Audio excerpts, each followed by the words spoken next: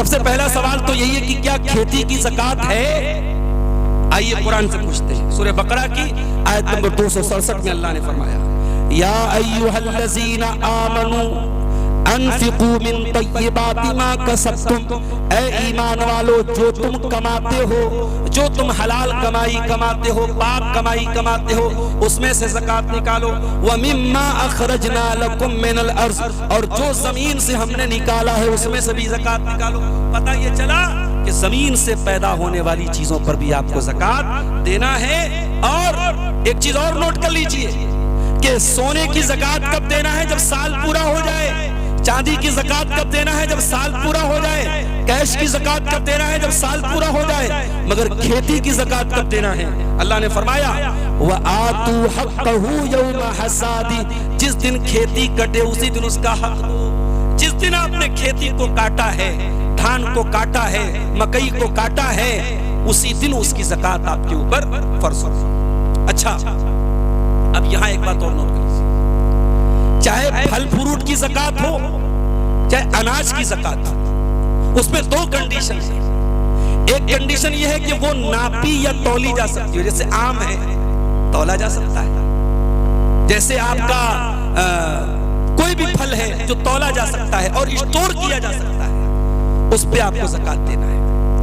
اناج میں آپ کا مکئی ہو گئی، گیہوں ہو گیا، اور اسی طریقے سے دھان ہو گیا، ان سب کی آپ کو زکات دینا ہے۔